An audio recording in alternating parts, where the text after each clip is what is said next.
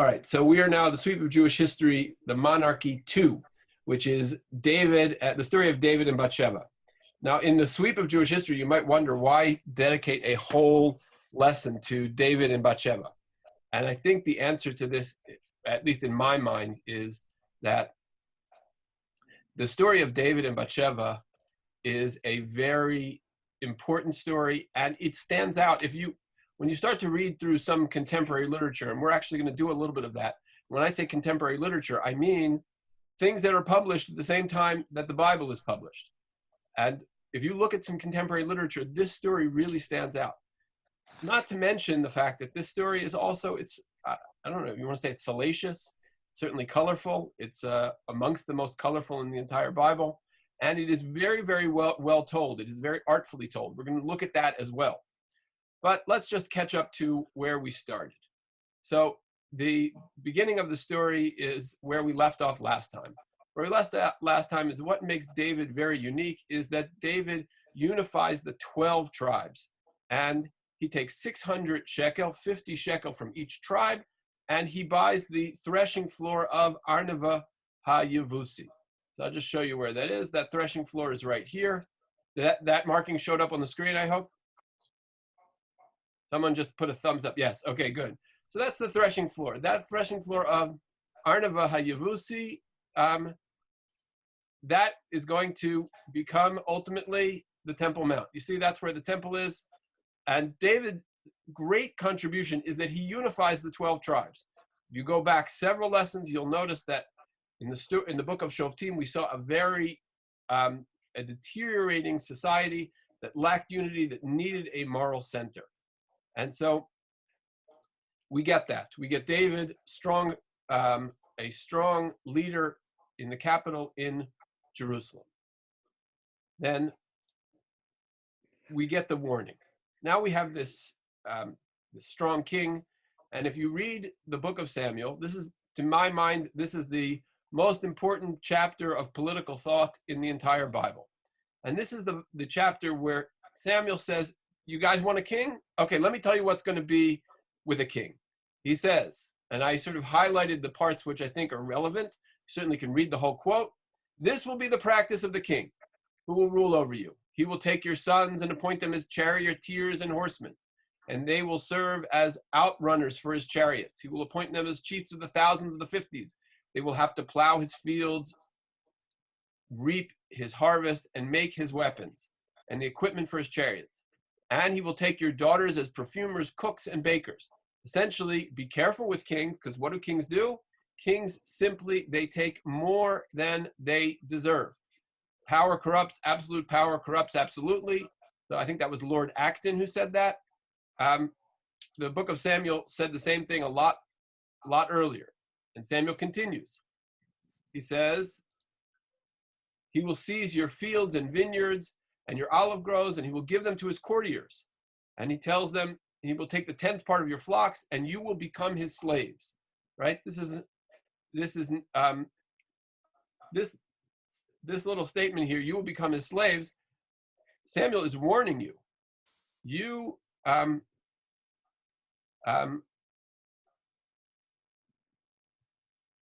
Sorry, I'm just admitting people who are coming in from the waiting room. So he's warning everyone. What does Samuel warn them? He warns them that the king is a corrupting influence, and it is very difficult to check the power of the king. Be very, very wary. So that's at the beginning of the book of Samuel. Now, our story, the story of Bathsheba, takes place in the city of David. So just to orient you to the picture we have here. So right there on the top is the temple, sort of out of focus, right? Then that's the palace. That's where David would have lived. And I just kind of picked a house, but I would say that's the house of Uriah and Bathsheba. Now, you all probably remember the famous line from Leonard Cohen. You saw her bathing on the roof, etc. So you can see how this works. Just so you know, you can actually visit this place today. If you start at the temple up here, if you start at the temple, let me just clear my drawings.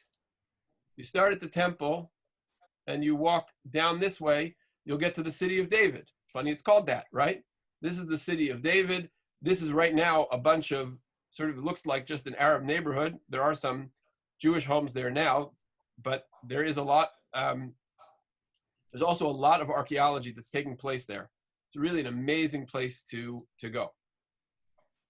Okay, now we're going to take a little break from the specifics of this story. I'll give you for those of you who may not know, the story of David and Bathsheba goes like this.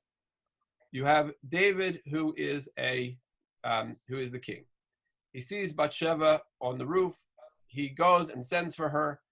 They have a romantic encounter one night, and David is going to figure out a way to get rid of Uriah. There's a little bit more intrigue. We'll look at that in a moment. And then ultimately, David has to pay the price for his crimes. That is all told in very, very graphic detail, not just the crimes, but also the way in which David is apprised of his crimes. How does he come to see his crimes? But I want to look at something else. We're going to just take a moment. We're going to step back, and we're going to look at a couple of things that are contemporary with the narratives of the Bible. So this is a picture from the Walters Art Gallery of the Sennacherib stone. You will forgive me. I am from Baltimore. I grew up in the area of the Walters Art Gallery. I was always very fascinated. The Walters Art Gallery has a beautiful collection of armor. And so whenever my parents took me to the Walters Art Gallery, and I see my mother's on this, so she'll know that this is true. Whenever they took me to the Walters Art Gallery, my brothers and I always wanted to go to the room of arms and armament. And that was always the fun place to go. I never in a million years would have said, oh, please, Mom, would you take me to the Sennacherib stone? That just wouldn't have happened. But now that I'm older, I'm very interested in the fact that there's a Sennacherib stone. Why is the Sennacherib stone interesting? So Sennacherib is contemporary with the Jewish king Chizkiyahu. And Sennacherib is sort of he's the great conqueror. He is the Julius Caesar, if you will, of the 8th century. And he writes, we have this stone, and I just want to show you what's written on this stone. These are the kinds of things that Assyrian kings write about themselves. This is the full translation. I won't bore you with reading the whole thing. I just have a couple of select quotes. So here's one. Sennacherib, the great king, the mighty king, king of the universe, king of Assyria, king of the four quarters, your desired king, protector of truth. Did he leave anything out? Like, can you imagine that there's something there that some praise of himself that he didn't say? Like, he didn't say, oh, I was a chopped champion, or I won Master Chef. I guess he forgot to inscribe those, but pretty much that's the only thing that is left off of his list, right? Oh, but then there's more. He's a lover of justice, the one who performs favors, companion of the crippled, he who searches for goodness, the perfect young man. Assure the great mountain has given to me unrivaled kingship and has magnified my weapons over all those who sit on thrones, right? So, he's more or less, it's very, very, what they call in the academic world, hagiographic. It celebrates who he is. And if you want a little bit more, I cut open their necks like sheep. I slit their throats like a thread, the mighty flood of storm season, et cetera, et cetera. You get the idea. He's not the only one like this. This is another contemporary writing. This is about 850 BCE. This is called the Mesha Stele. This is written by the king of Moab who celebrates his victories. So what does he write about himself? Just looking at the blue text, because he has made me look down on all my enemies. I see. The chat is very funny if you want to look at it. It's the people passing notes at the back of class with sanction. Anyway, getting back to this current slide. Because he's made me look down on all my enemies. In my days he did so, but I looked down on him and his house, and Israel has gone to ruin. And I killed its whole population, 7,000 male citizens and alien female citizens and aliens and servant girls. It boasts of all of his conquests. All these strong things that King Mesha did, he boasts of. Another, just a side point, interesting thing about the Mesha stele is something which mentions both King David at one point, and it also mentions Omri. Omri is a king of Israel. He's the father of the famous Achav, perhaps better known to you as Ahab. Now, that's just a comparison. You see that many other writings of the ancient world they simply are there to celebrate the strength, the virtue of their kings. Even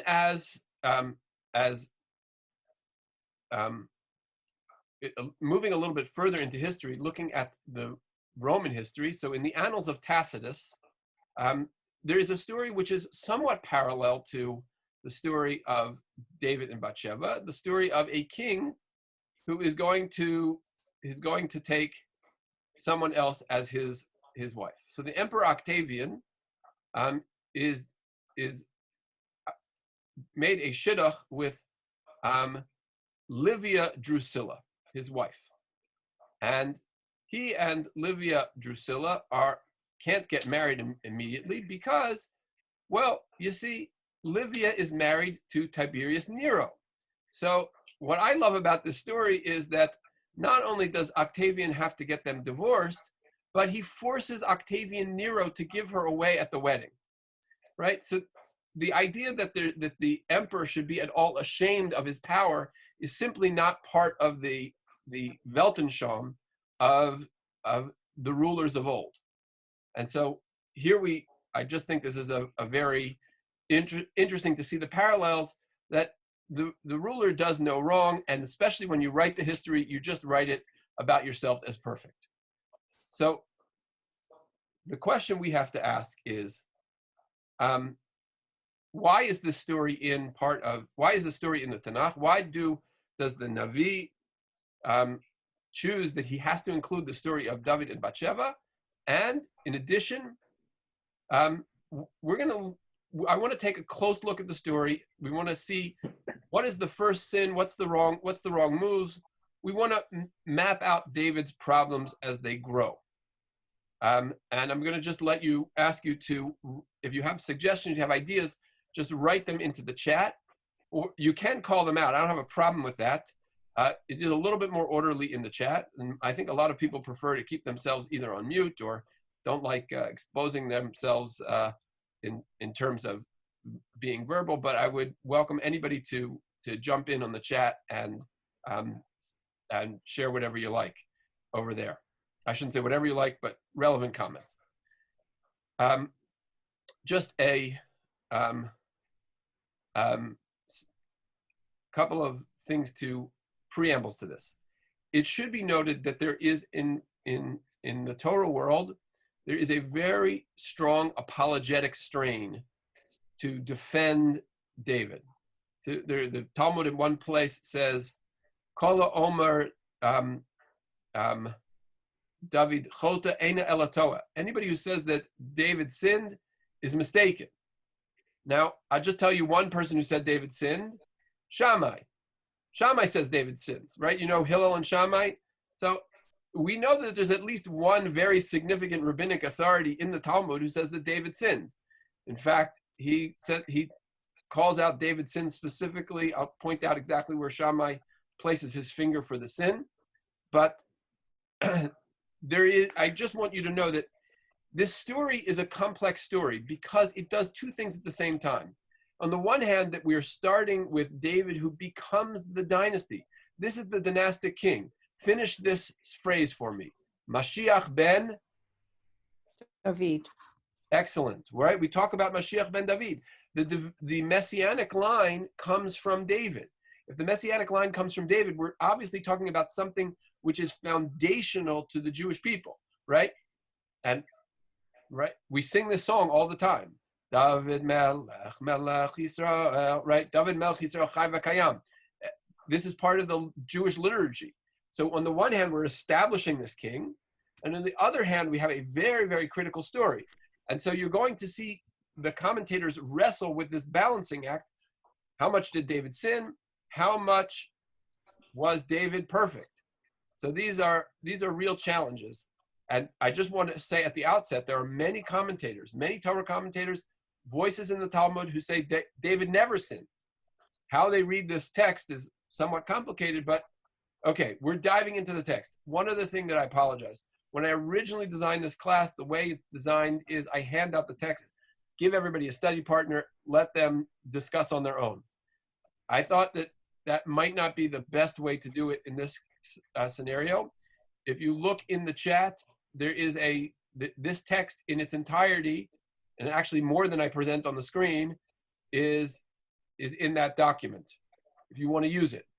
Just letting you know. Otherwise, we're just going to go sort of line by line through this. I'm going to do this in English unless I feel there's something very special in the Hebrew. The reason I'm doing that is because I feel I'm an English speaker. Most of us here are English speakers. We'll get the we'll get the major gist of the story in English, and maybe we'll take a Hebrew swipe or two. Okay, here goes. At the turn of the year, the seasons when the kings go out to battle, David sent Yoav, his officers, and all Israel with him, and they devastated Ammon and besieged Rabbah. David remained in Jerusalem. Okay, here's your first, well, some people have already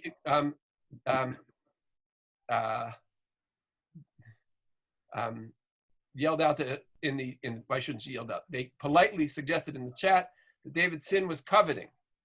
Others are going to someone said you're not even supposed to covet an ox. So the text of Shmuel, just for reference, is Shmuel chapter 11, verse 1. Second Shmuel chapter 11, verse 1. It says, at the turn of the year, the seasons when the kings go out to battle, David sent Yoav with his officers and all Israel with him.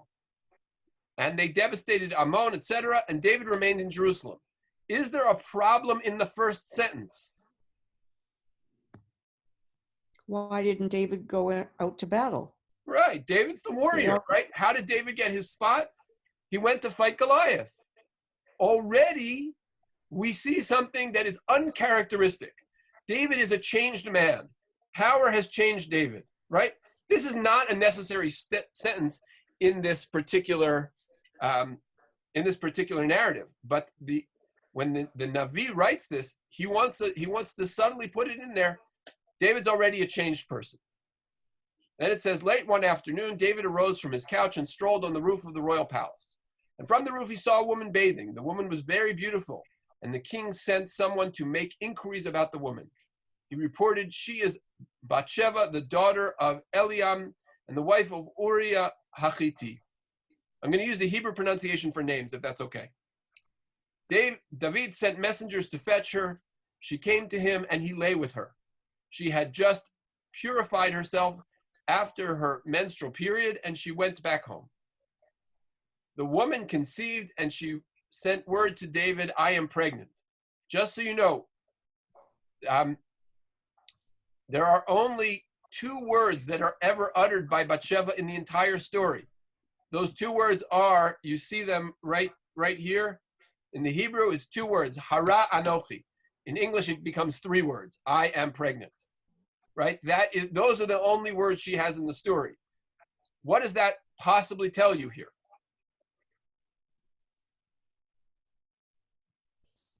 You guys live in the Me Too generation. You've got to know, this has got to be front and center for you. Take responsibility. She lacked responsibility? Okay. No, she's telling him to take responsibility. Oh, to take responsibility. Okay. All right, Tony, I can accept that. That may be part of what that is. It certainly also, if she only has 2 words in the whole story, it reflects a bit of a power imbalance, which anybody would have with the king. But certainly, she has a little bit of a power imbalance there as well. And the author, the Navi, is trying to tell us, don't blame the woman. It is very classical for women to be seen as the seductress, to women to be seen evil, as temptation, etc. This story does not do that. But Sheva does not become the fall woman for David in this story. Okay, moving on. Sorry? When it says "mitkadeshet betumata," I don't look at it as the fact that she's after her menstruation. I think the fact that he slept with her is already a tum'ah. No, okay. That is part of I think that is part of the irony of the story. That is part of what the narrator, that's not information I need to know, right? Is that she's a woman who's very faithful to the halacha, and maybe she gets caught in the power trap of the king. But the story continues. Vayishlach. I'm sorry. Thereupon David sent a message to Yoav. Yoav's the general. He says, "Send Uriah the Hittite to me." And Yoav sent Uriah to David. When Uriah came to him, David asked him how Yoav and the troops were faring and how the war was going. Okay, give me a report from the front. This all seems very normal, very kosher. Then David said to Uriah, "Go down to your house, bathe your feet." Now, bathe your feet is a euphemism.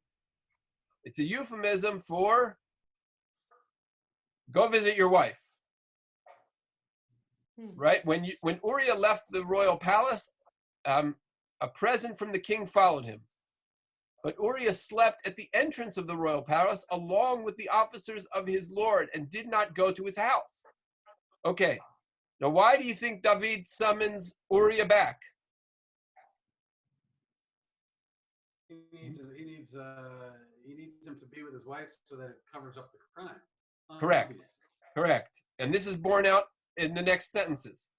When David was told that Uriah had not gone to his house, he said to Uriah, "Go down to, you just came from a journey. Why didn't you go down to your house?" Uriah answered David, "The ark and Israel and Judah are located at Sukkot," in other words, in the battlefield, and my master Yoav and your majesty's men are camped in the open. How can I go home and eat and sleep and drink, and sleep with my wife? I just can't do that. So as you live by your very life, I will not do this. So Uriah, he is the consummate soldier, right? He's the guy who says,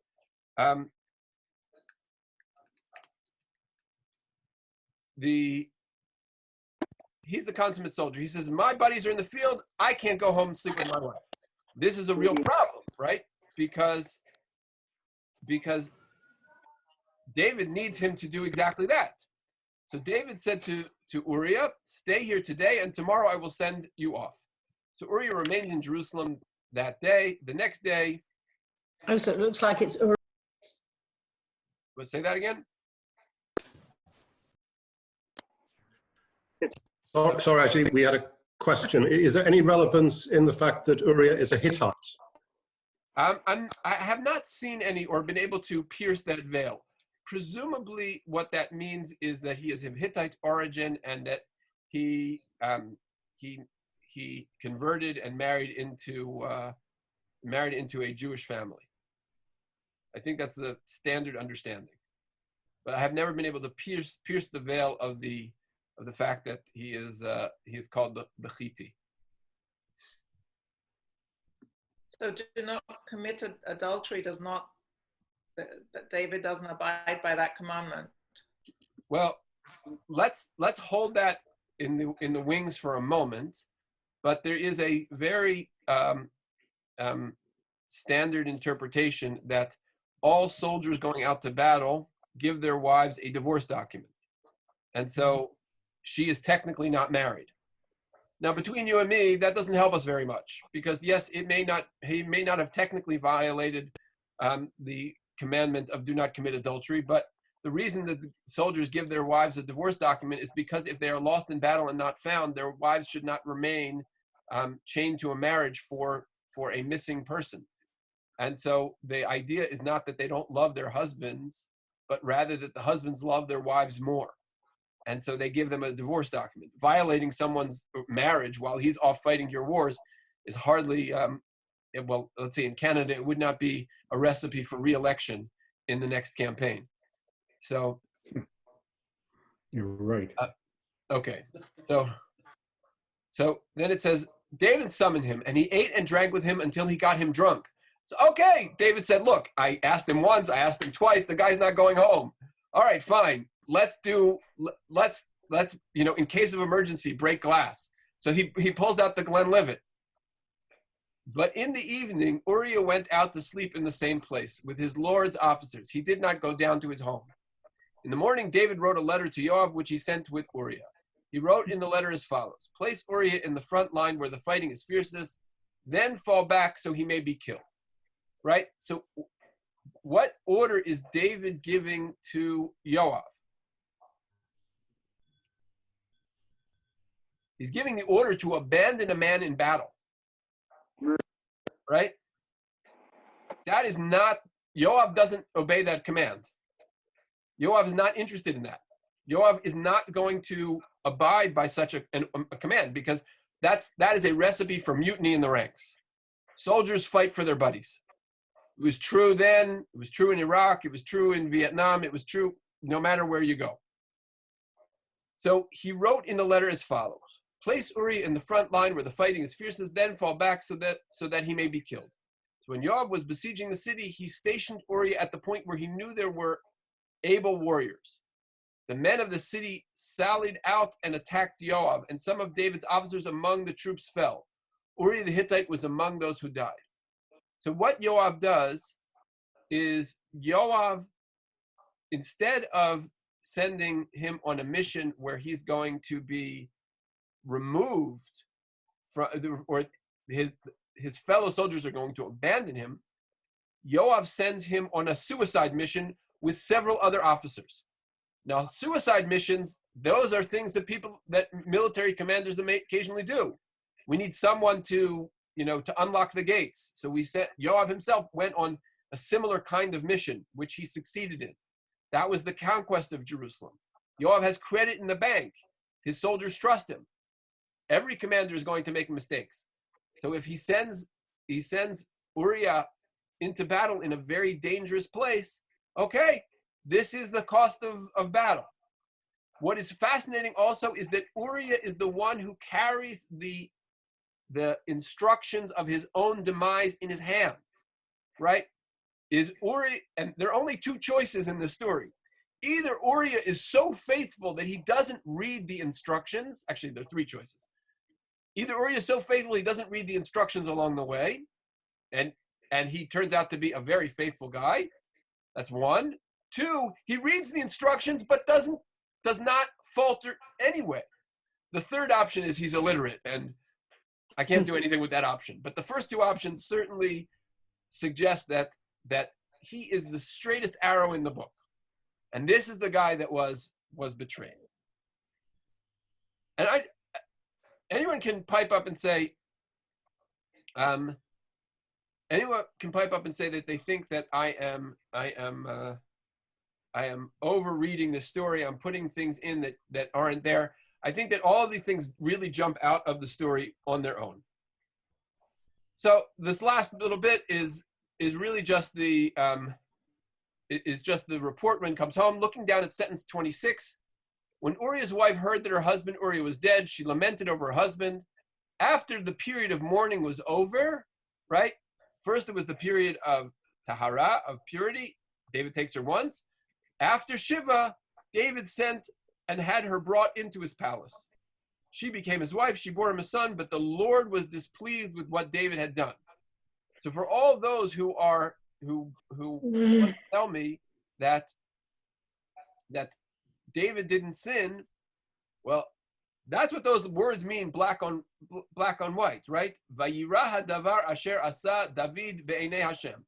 He may not have sinned, but God was not happy with him. So that's got to be me. That to a reader of Tanakh, that means you did something wrong. Maybe it wasn't a sin, but as a king, you did something wrong. So here we go. We are. Oh, sorry. Here we go. All right. So what are the problems of David? He sees a woman. He covers it up. He kills her husband, and in addition, there are many other soldiers who are killed. So it's not, you see, there's a very interesting thing. The first sin of looking at someone's wife That's a small sin. Then it leads to the whole cover-up. Then it leads to killing her husband. And even killing her husband can't be done without making another mess. And so you see that the sin of seeing a woman just escalates enormously as we get down to the last sin. Okay. Now, this was originally designed for a group of teenagers, so I'm updating it. I updated a little bit for the general population. When your parents or another person of authority, your boss, politician, judge, is totally wrong, the question is, how can you successfully convince them that they have made a mistake? You can write any answers you want into the chat.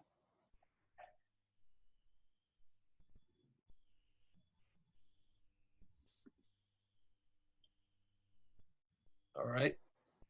You could scream them out too. Anybody have any good suggestions? Well, you could ask them the question, if I did that, what would you think if I did Okay, you reciprocate. You sort of say, you know, that? you embarrassed me in public. How would you feel if I embarrassed you? Okay, sort of trying the role reversal trick. Yeah. Okay, The tables were turned. if the tables were turned. Okay, good. Orly says you cannot. Okay, well, this is the Bible, so miracles happen.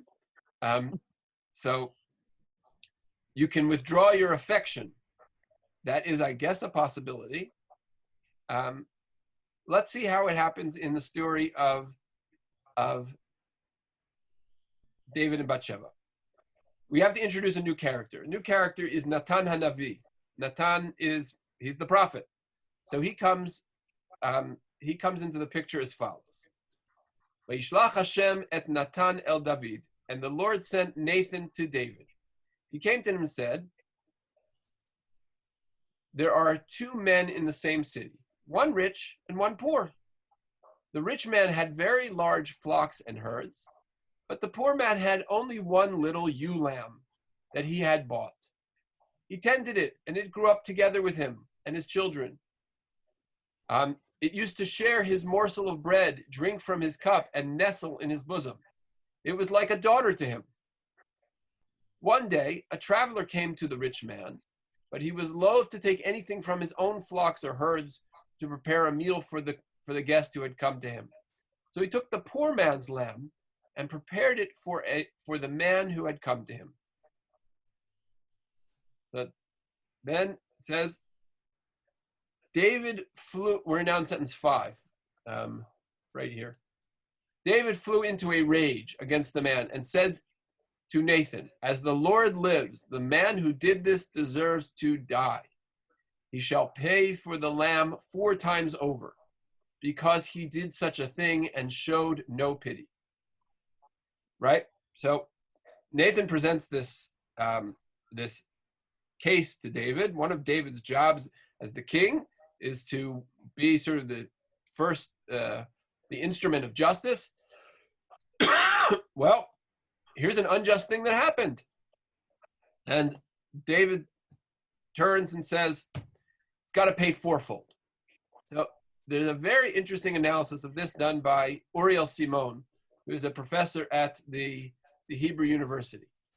And Uriel Simon is, he looks at the story of this parable, and he says this is what we call a juridical parable. A juridical parable is when you present something as a case to someone, and the king thinks he's evaluating something completely neutral. And then what's going to happen is Natan is going to say to him, oh, sorry, I have to go back. He's going to say to him, that man is you, right? Thus said the Lord, the God of Israel. It was I who anointed you king over Israel, and it was I who rescued you from the hand of Saul. I gave you your master's house and possessions, your master's wife. I gave you the house of Israel and Judah.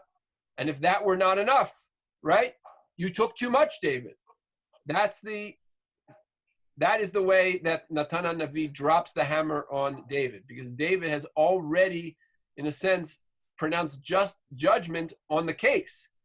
All he has to do, Natan HaNavi, at the end, is lift the screen, lift the veil. Guess who the person is? It's you. So Uriel Simon goes even further, and he looks at contemporary Bedouin culture, assuming that contemporary Bedouin culture is not markedly different than what used to take place in the days of King David and the laws of ewes and lambs.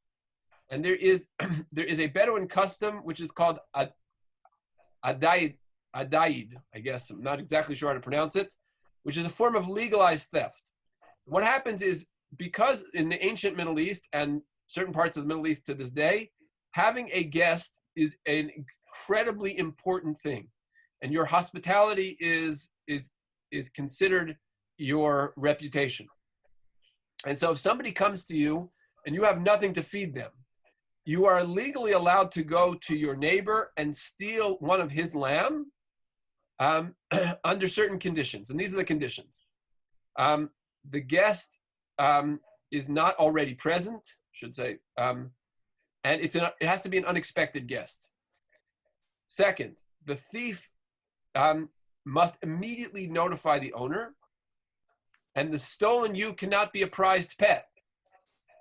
And if any one of these things are not abided by, the punishment is stealing, and you have to pay fourfold. So in the Bible, as well as this scenario, stealing, especially for sheep, has a fourfold recompense. You pay back fourfold what you have stolen. And what Uriel Simon says is that in the ears of the listeners, they would be very well attuned to this idea. And they would know exactly what was going on. And they would know that David had violated the rules. The scenario that Natan HaNavi gives is a scenario which would be very well known to the listeners of that day. And I think there's one last question which I could ask you to put into the chat. Who does the lamb represent in the story? I'll just mention all of the characters so you have the whole deal. The lamb could represent David. The lamb could represent Yoav. The lamb could represent Bathsheba. The lamb could represent Uriah, or the lamb could represent the soldiers that fell along with Uriah. Who does the lamb represent? Okay, Glenn Bullard says Bathsheba. Jerome says Uriah and the soldiers. What if I told you the brilliance of the story is that it represents both, right? In the sense that the prized pet, I don't mean that, someone's wife should be considered a prized pet, but obviously there's a special relationship there. Which is taken away. I also just want to, the term that he uses for the lamb is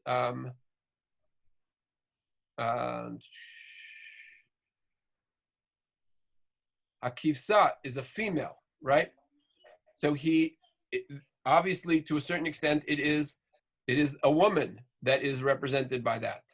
On the other hand, we looked at the lamb gets slaughtered. The only person who dies in the story is Uriah, and I guess you could put the soldiers.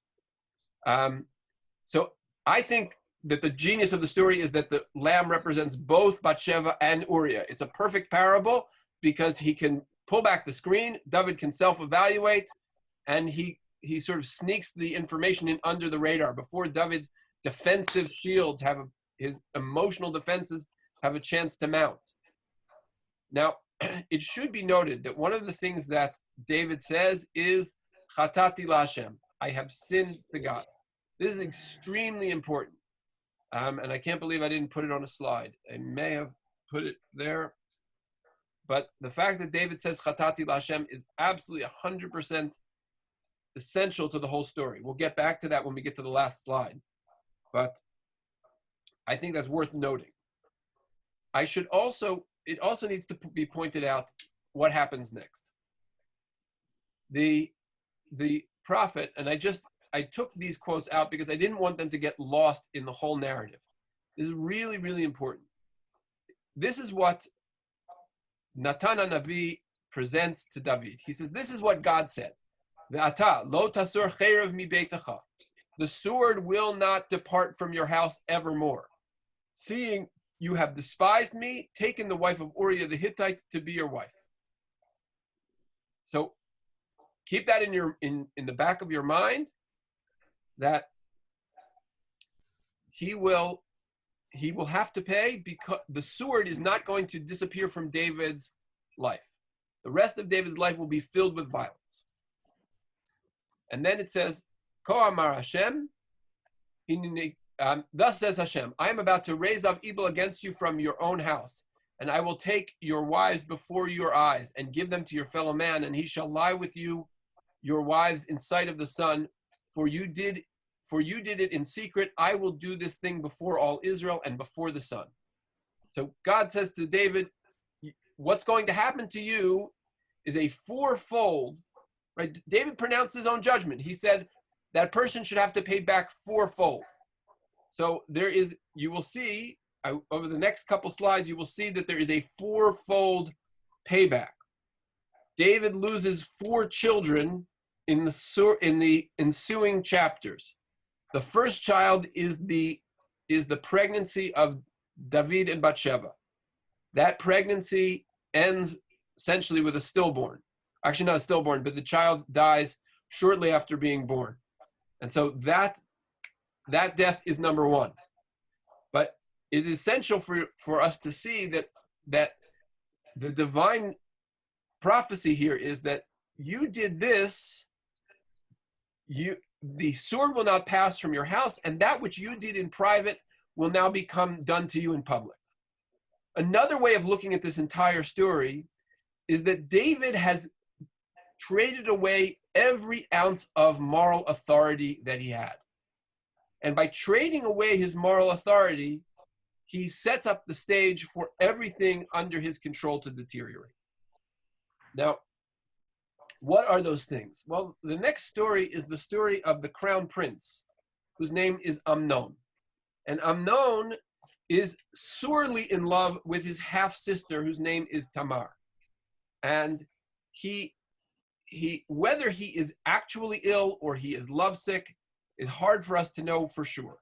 But what happens is that whether his sickness is real or self-inflicted doesn't matter. He's certain that the only way that he can be cured is for his half-sister to make him livivot, right? You heard it here, that in Tanakh, when they refer to potato latkes, it is in this story, unfortunately. Livivot, though, are probably heart-shaped dumplings. And so she serves him heart-shaped dumplings, and in the process of serving him, he rapes her. And then he's so disgusted with himself that he cannot bear even to look at her. And so he rejects her. And his brother, Avshalom, is so incensed by the rape that took place against his own sister that Avshalom, 2 years later, hosts a party in which all the king's servants are invited, and they gather together and they slay Amnon. So you have one son raping his half-sister. The full brother of that half-sister, whose name is Avshalom, murders the crown prince, Amnon. David can do nothing because David does not have the moral authority to say, hey, what'd you do with your half-sister? What are you doing sleeping with women who you have no right to be sleeping with? Because how's David going to say anything about that? And then David has lost control. He cannot come to rapprochement with Avshalom. Avshalom leads a rebellion that forces David out of Jerusalem. Remember that our story began with that little sentence about how David didn't leave Jerusalem?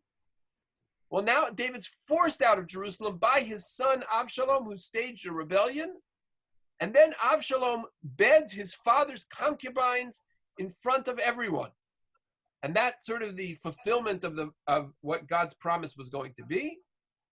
And then, interestingly enough, Avshalom is famously, he has this long hair. He's seen as sort of vain and haughty, and he's caught in the trees by his hair. And even though David said to Yoav, sort of interesting how all of these things have parallels. David had told Yoav to be even more brutal to Uriah, and Yoav disobeyed the command.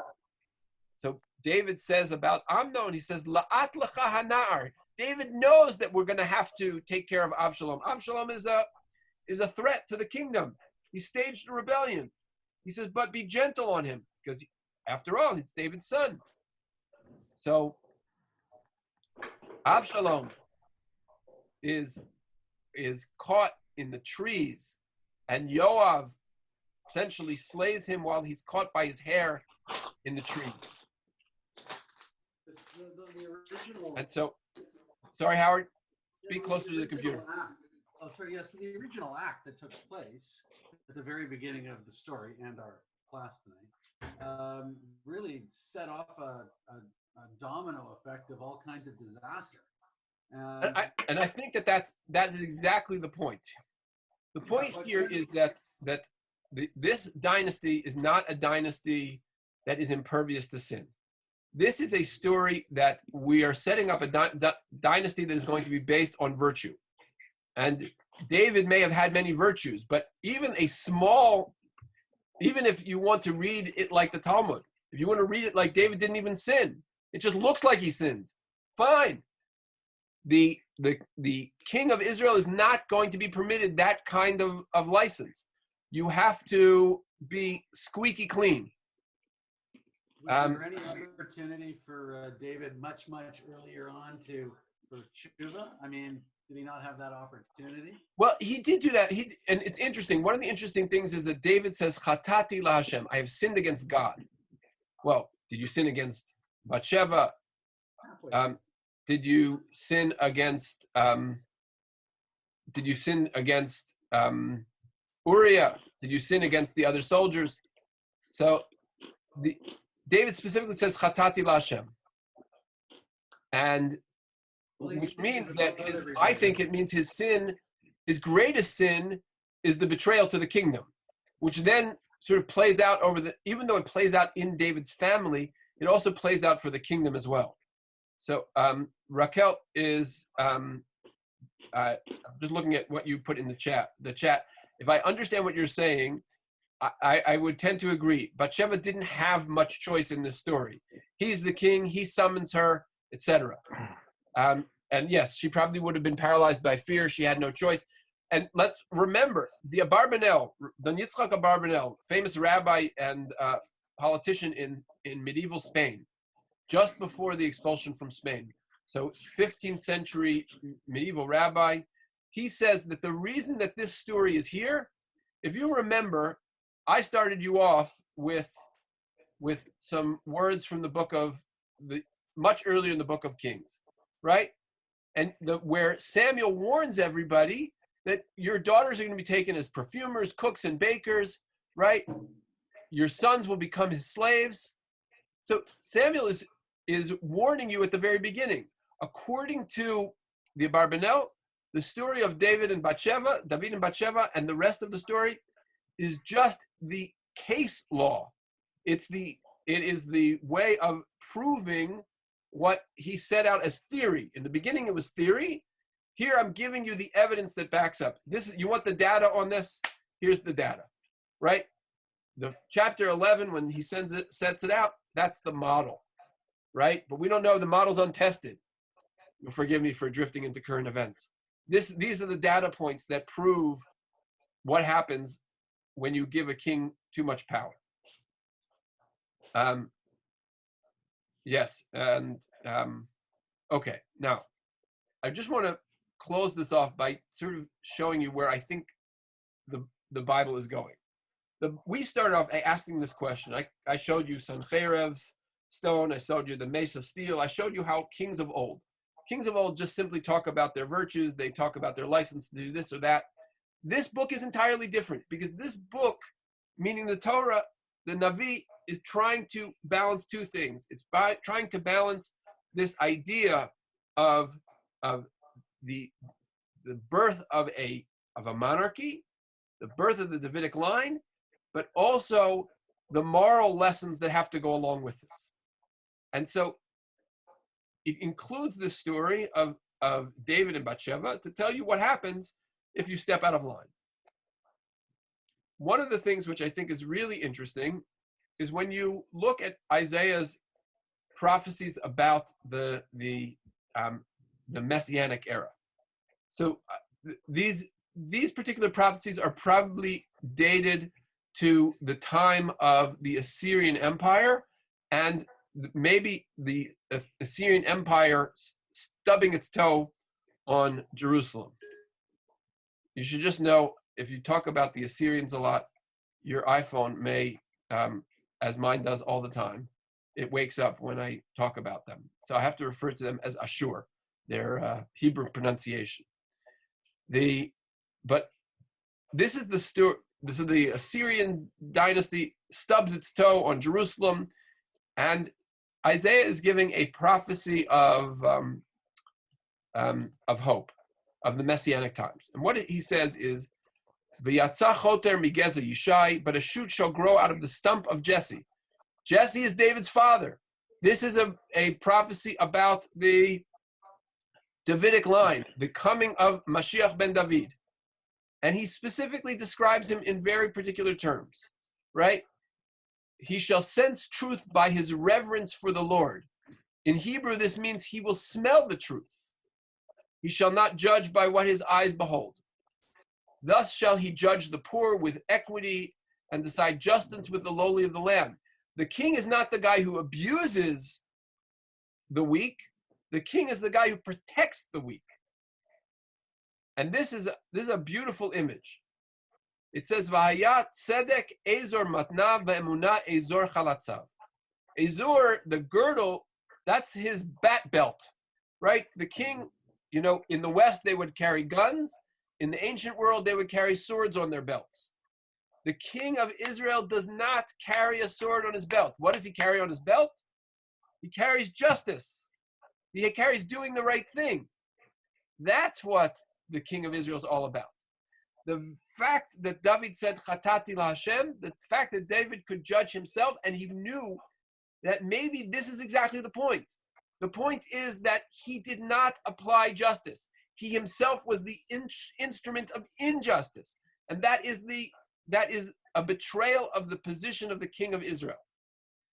And the vision of the Davidic dynasty are those who protect the poor, those who protect the weak, those who protect those who are not in a position of strength. And so I think that this is one of the brilliant things about the Navi and following on the heels of the Chumash. The Chumash does not, there's not a single character of importance that does not bear his sin to the text. And David is no exception. So Abraham, Yosef, Moshe, all of them are going to have their moments of weakness, their moments of sin, moments where the text itself is going to call them out. David is no different, and we get a very graphic picture of that. And that picture plays itself out then, not just in the story of David and Bathsheba, but also in the successive generations of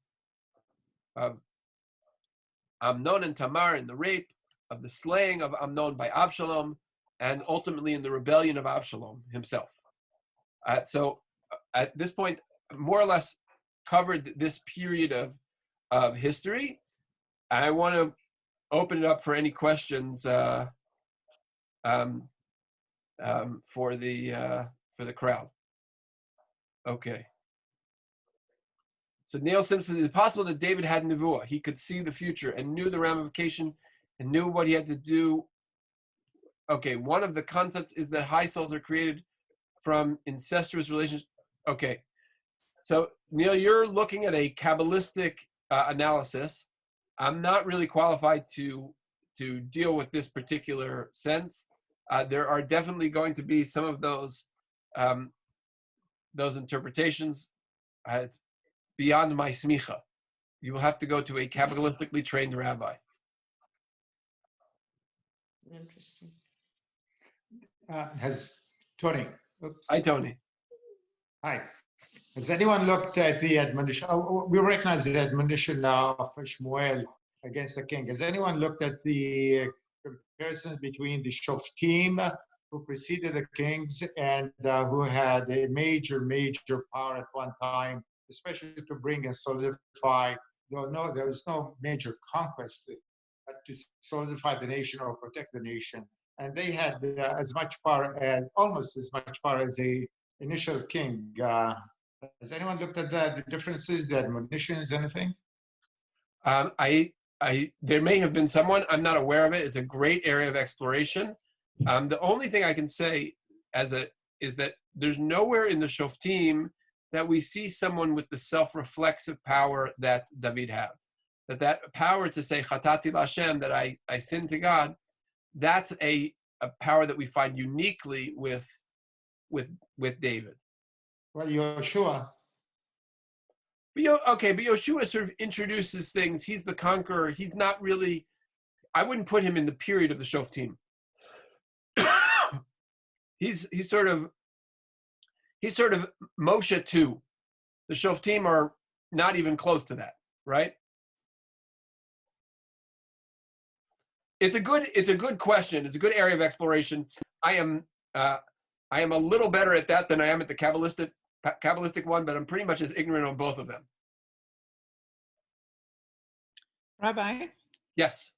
my question is, considering the great sin that he did with Bathsheba and was responsible for the deaths of Uriel and other soldiers, do you feel that he redeemed himself as a king during his life? I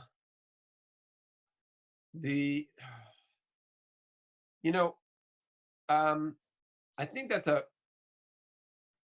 I'd have to say that Jewish tradition assumes that he has. Jewish tradition assumes that David was ultimately a righteous and virtuous person, and that he made a mistake, and he paid for that mistake. In a way, I would look at it in a way as the tragic story of a great man. That the story here is a story of somebody who established a dynasty. He was the greatest of all time. He becomes the benchmark for all of their kings, but in a single moment of weakness, right? The way the story is told is he sees the woman, and then all the other sins grow out of that. And then he's in a situation where his family's out of control. And the way the lesson is that when you have that much power, you better be really careful, because even the rabbis like Rashi and other commentaries, they say the story of Natan, the visitor coming, that visitor is the Yetzer Hara. The visitor is the evil inclination. And David fed the evil inclination, and he should have starved it. The point is that sometimes, self-control is a really important trait. And I don't know, the history of the world might be very different if William Jefferson Clinton did not have many moments of indiscretion. So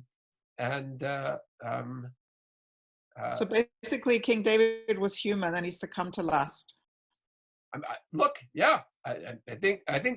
don't think we're blazing any new territory. I think though the question is, how do you contextualize that? And the contextualization is that the way the story is told, that one small misdeed with lust becomes an enormous problem with lust, and then the whole kingdom's involved before you know it.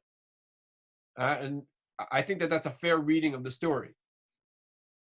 I don't think that our tradition asks us to completely throw out King David as a figure, as an important individual because of that story. But what I think is more important, like when I'm doing the sweep of Jewish history, what do I take with this using my very wide angle lens? My very wide angle lens is that even the people who should get full glorified history. They should get that full Sancherib treatment, greatest of all time, right? They don't get the greatest of all time because the Torah has a much more important lesson to teach us than to venerate David. And the more important lesson is be really careful because sometimes these things can get way out of control. It could be that the story of Abishag the Shunammite was inserted in that to absolve King David from the sin of Bathsheba, maybe to equalize, even though, forget that he was old at that age and maybe didn't do anything that he wished to have done at one time. But maybe it was just inserted to balance, to equalize the sin versus the absolution of it. Okay, so Tony's referring to Avishag, who is going to feature in our next installment, which is the installment of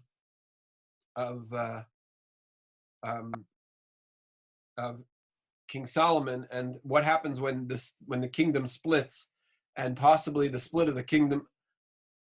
I guess it's all connected, right? Because ultimately Shlomo takes over for David. Bathsheba is Shlomo's mother rather, and and perhaps some of these issues just simply don't come out in the wash. That's certainly an issue. I'll look at that too. Tony, you're giving me a lot of homework. There's an interesting thought that all of the every single character in the Torah, maybe not every, because I'm not a scholar in this department, but Moshe made his mistakes. Abraham, I think, made some mistakes. It shows that every major character has always had primarily good, but have always made their mistakes and faltered and tripped up, and like there's two sides to every coin. So this is the story of David. He had his problems, and he was good. Moshe hit the rock. Right, I would say that's true. The Chumash presents a certain complexity of these characters, and we can't really ignore that. I think we sometimes try. People try to simplify things, but I think that there's a complexity that is being articulated here. Yeah, and that's the story of King David because they didn't have, this story, who knows? He lived the whole life. This is but one little story. Who knows about all the others? So you hear the yin and the yang in this sense. Everybody in the Bible, every hero in the Bible also has a little bit of a knockdown. Right. Yeah, but Mashiach is coming from the Davidic dynasty. So that's a big one. Right. Well, this is interesting that Sam was saying, if you look at the Christian Savior, the Immaculate Conception. Well, David's grandmother was Ruth. Ruth comes from Moab. That's incest, right? And then on the other hand, you have the story of David and Bathsheba.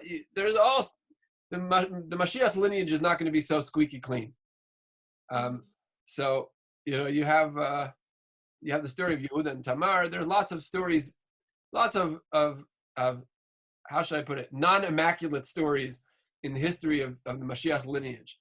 And I think that the idea of Judaism is that the central idea is tshuva, it's improvement.